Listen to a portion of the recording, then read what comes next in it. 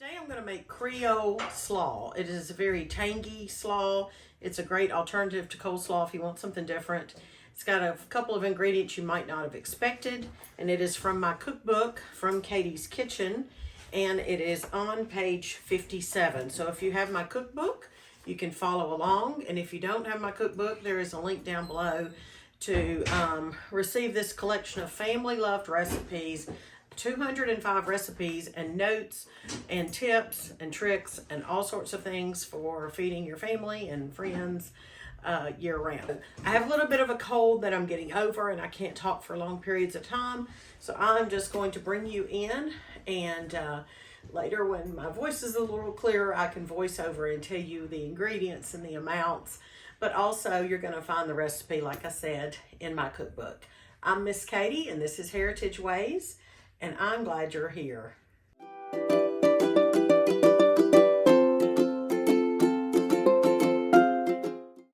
Welcome to my kitchen for this yummy, tangy, unusual slaw. Now, before we get started, I want to tell you there is a printable recipe on my website. My website is heritageways.com, but I'm going to put a link down in the description box of this video for you, and you can just click on that and print the recipe out. But let's look at here. I am making half of the recipe. I am using the red cabbage and the green cabbage. So today I'm using 1 cup of each shredded, and then I'm using half a cup of red onion, thinly sliced. Remember, this is half a recipe. Let's talk about the most unusual ingredient here, turnip greens. Now, this provides like a tanginess, a kind of a bite, if you will. And we love the turnip greens in this slaw. If you've never used raw or uncooked greens in a slaw, I want you to try this recipe. I tell you what, I'm not a fan of cooked turnip greens. I know I'm from the South and I should be, but I'm not. I don't really care for them that much. I've tried them, but I love the turnip greens in this slaw. It was kind of hard to find them up here in Ohio this time of year, but I did find them at Kroger. You can see how I am cutting the turnip greens off of those stems. You don't want to include those stems at all, whether you're cooking turnip greens or whether you're putting them in this slaw or what have you. You want to get that cut off, and it's really kind of easy if you have a good knife like I do. I love this Nakano knife. It is my favorite knife. I'll put a link down below for that. I've got a discount code for you, I do believe. And so I'll drop all that down below too, so you'll know what I'm using. But then you take these turnip greens and you roll them up into what's called a chiffonade. And this is similar to like when you do this with basil in the summer and so forth. And you just kind of just run your knife over that, and you have some shreds or some um, the slices that way. And then I just run my knife over it again. So I've got tiny little pieces.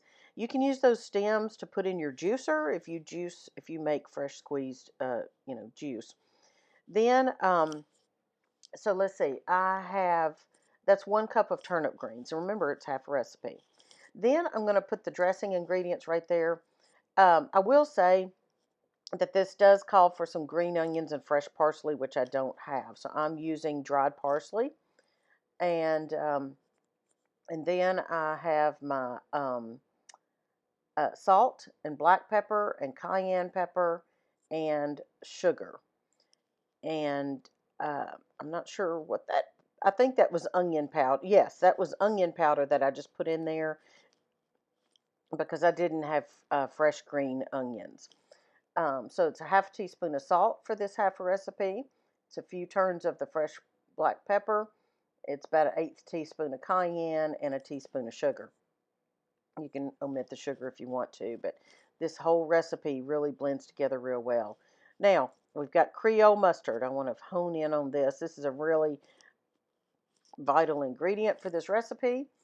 And I have 1/4 a cup, which is 4 tablespoons.